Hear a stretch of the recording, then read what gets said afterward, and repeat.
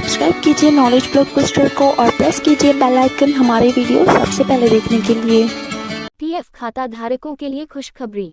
EPFO के 3 नए नियम लागू, जाने क्या होगा असर। PF account 3 new rules 2025।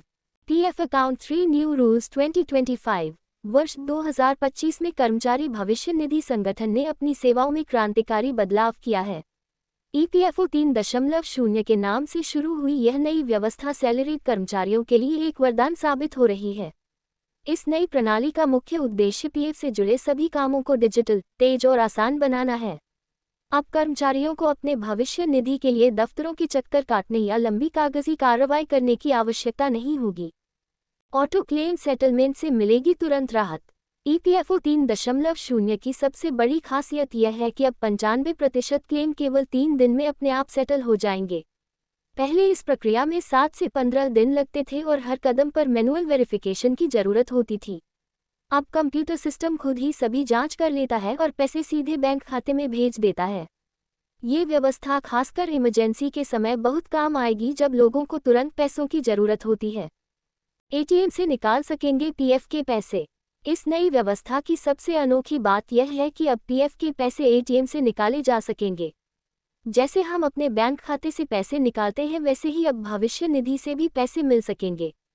ये सुविधा उन लोगों के लिए बेहद फायदेमंद है जिन्हें अचानक पैसों की जरूरत पड़ जाती है।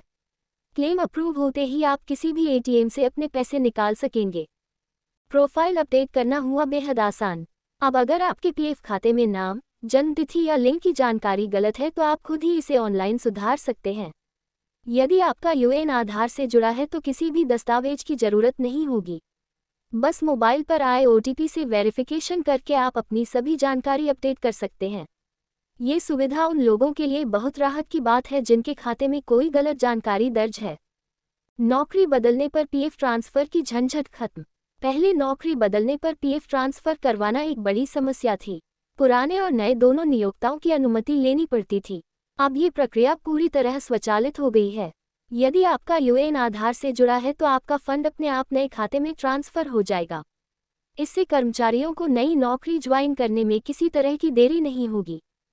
पेंशन भोगियों को मिली नई सुविधा। सेंट्रलाइज्ड पेंशन पेमेंट सिस्टम के तहत अब पेंशन भोगी देश के किसी भी बैंक से अपनी पेंशन ले सकते हैं। पहले उन्हें अपने निर्धारित बैंक में ही जाना पड़ता था। अब पीपीओ ट्रांसफर की जरूरत नहीं है और डिजिटल जीवन प्रमाण पत्र भी आसानी से जमा किया जा सकता है। ये बुजुर्गों के लिए बहुत बड़ी राहत है। केवाईसी अपडेट अनिवार्य। नई व्यवस्था में सभी क्लेम के लिए केवाईसी अपडेट होना जरूरी है। इससे फर्जी खाते और गलत दावों की समस्या कम होगी। जिन लोगों का केवाईसी अपडेट नहीं है उनके क्लेम रिजेक्ट हो सकते हैं। इसलिए सभी पीएफ खाता धारकों को अपना केवाईसी जल्द से जल्द अपडेट करवा लेना चाहिए। ईपीएफओ 3.0 के साथ एक नया मोबाइल ऐप भी आने वाला है जो सभी सुविधाओं को और भी आसान बना देगा। भविष्य में यूपीआई के जरिए भी पीएफ के पैसे निकालने की सुविधा आ सकती है। ये सब बदलाव कर्मचारियों के जीवन को बेहतर और आसान बनाने के लिए किए गए हैं। अस्वीकरण। ये वीडियो केवल जानकारी के उद्देश्य से लिखा गया है। किसी भी निर्णय से पहले ईपीएफओ की आधिकारिक वेबसाइट या हेल्प डेस्क से संपर्क करें। डिस्क्लेमर। ये वीडियो सिर्फ एजुकेशनल पर्पस के लिए बनाई गई है। कोई भी जॉब या कोई भी एप्लीकेशन या कोई जानकारी देने से पहले ऑफिशियल वेबसाइट विजिट करके खुद से नॉलेज लेकर अप्लाई करें। Thanks for watching.